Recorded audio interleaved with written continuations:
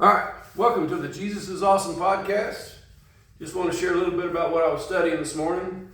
You know, the generation we live in, the big generation now is the millennial generation. I'm a baby boomer, believe it or not. I'm the last of the baby boomers, 1964.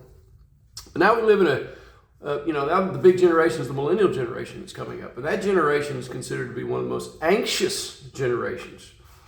And so, for whatever reasons, probably most of it's just the digital inputs makes you anxious. And a lot of digital input is negative. And so if you read Philippians 4, which a lot of people know Philippians 4, verse 6, which is, be anxious for nothing, but in all things with prayer and supplication, make your requests be made known unto God, right? And the peace of Christ will dwell in you and sustain you. And so most people know that. And so, I've meditated on that verse before, or those two verses, but didn't really help that much.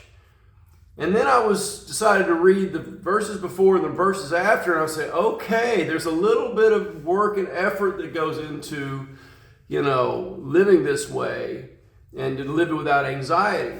And that Paul goes on to say that you have to focus on things that are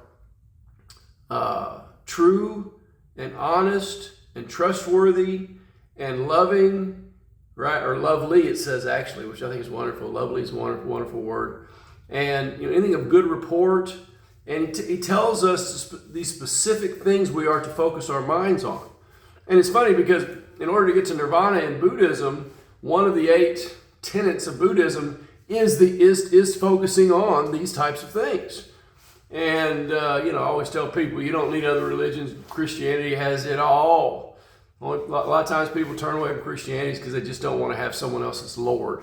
I love you, Lord. You're my Lord. I worship you alone. And I get it. I understand people want to be king of their own worlds, but Christians have given that up, and we give it up for peace and happiness, right, in this life and especially the life to come.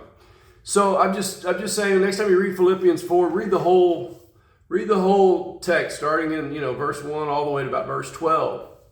And it has such great thoughts in there about how to reduce your anxiety and to be a great Christian. I mean, it starts out, number 1, it says, rejoice always, right? And be a man or a woman of moderation, which is important, right? When you're overindulging in things, at some point you pay a price for. And it's just one of the tenets of getting into this non-anxious state, which is being a person of moderation. Because, if you're all consumed with bad habits and things of that nature, you tend to be a little more anxious because you're like, I don't have control over this. I don't have control over that. Well, Christ is the one that gives us self-control. So anyway, just some thoughts. Read all of Philippians, and it'll really, really help to understand how you and me can live a life of less anxiety. All right, God bless you. Have a great day.